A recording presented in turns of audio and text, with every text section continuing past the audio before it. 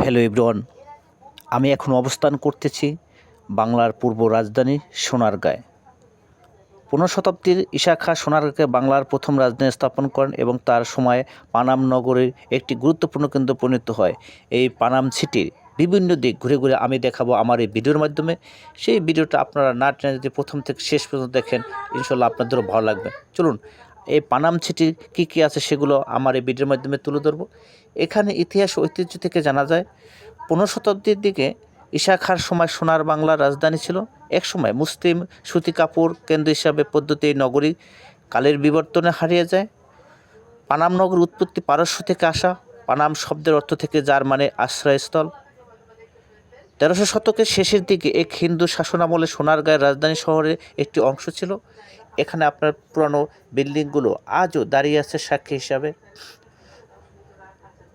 400-500 বছরের পুরানো এই বিল্ডিংগুলো আপনার এতটা কারুকার্য এবং সৌন্দর্যমণ্ডিত, আপনার যে কোনো সময় চোখ আপনার ধাঁধিয়ে নেবে। এবং হাঁটতে হাঁটতে আপনি দুই সাইডে যে বিল্ডিংগুলো আছে সেগুলো দেখে আপনার মন জুড়ে যাবে। হ্যালো এভরিওয়ান, আপনারা যদি পানাম সিটির এই পুরনো জমিদার বাড়ির পাশাপাশি যদি আপনার বণিক সমিতির যে আছে বিল্ডিংগুলো এবং কারুকার্য নকশিত বিল্ডিংগুলো আপনারা যদি দেখতে চান, ঢাকার পার্শ্ববর্তী জেলা নারায়ণগঞ্জে সোনারগাঁয়ে আসতে হবে। এই সোনারগাঁয়ে আসলে আপনি এই পানাম সিটিটা দেখতে পাবেন।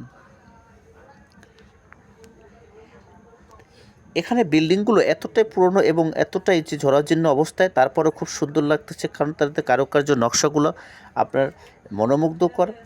যে কোনো সময় পর্যটক আপনাকে আকর্ষণীয় করে তুলবে। এবং দ্বিতীয় তলা বিশিষ্ট বিল্ডিংগুলো এখনও আজও বর্তমান দাঁড়িয়ে আছে। শত বৎসরের পুরনো বিল্ডিংগুলো দেখলে খুব ভালো লাগে। ইতিহাসে প্রেক্ষাপটের উত্তরাধিকারী হিসেবে 1611 খ্রিস্টাব্দে মুঘল যখন সোনারগাঁও অধিকার করেন, তখন সড়ক ও সেতু নির্মাণের মাধ্যমে পানাম এলাকায় সাথে রাজধানী শহরে সরাসরি যোগাযোগ স্থাপন করেছিলেন। আমার সাথে আছে সাব্বির আহমেদ। সাব্বিরকে এখানে আপনার নিয়ে এসেছি এবং দেখতেছি সাব্বির ঘুরে ঘুরে বিল্ডিংগুলো পুরনো ধাঁচের হলো এখনও সেই বিল্ডিংয়ের আকার বেদ খুবই সুন্দর। বর্তমানে সেই কারুকার্যগুলো এবং খুবই তুলেছে। এই নগরী কয়েক শতাব্দী পুরনো অনেক ভবন রয়েছে, যা বাংলার পারবীয় ইতিহাসের সঙ্গে যুক্ত।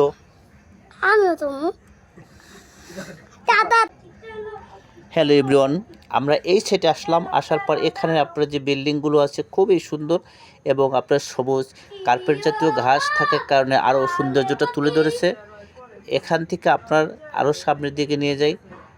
দেখতে দেখতে আমি এই বিল্ডিংয়ের সামনে, আমার সাথে সাব্বির আছে। আজকের ওয়েদারটাও খুব ভালো। পাশাপাশি অন্যান্য সময় যখন আসি বৃষ্টি থাকে বা জোরে হওয়া, আজকে সেরকমই নেই। আজকে ওয়েদারটা খুবই ভালো আমার মনে হইতেছে, এই জন্য আমারও কাছে খুব ভালো লাগতেছিল।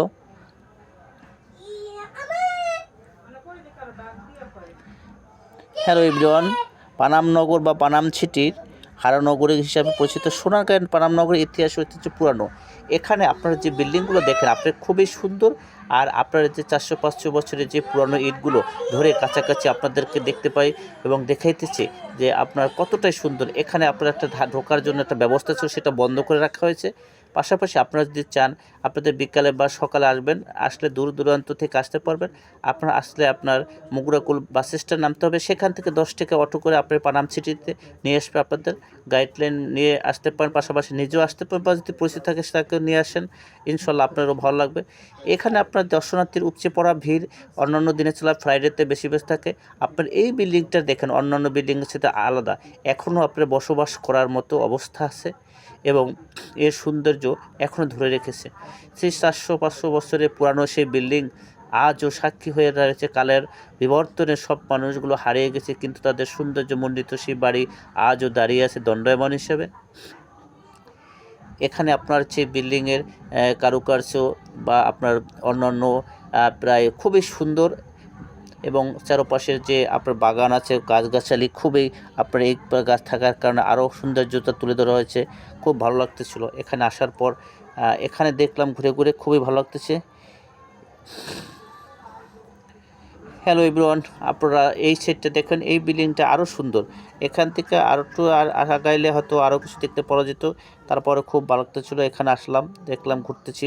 পানামনগর জেলার সোনারগাঁও অবস্থিত আপনার প্রাচীন ইতিহাসের ঐতিহ্য বহন করে রাখে।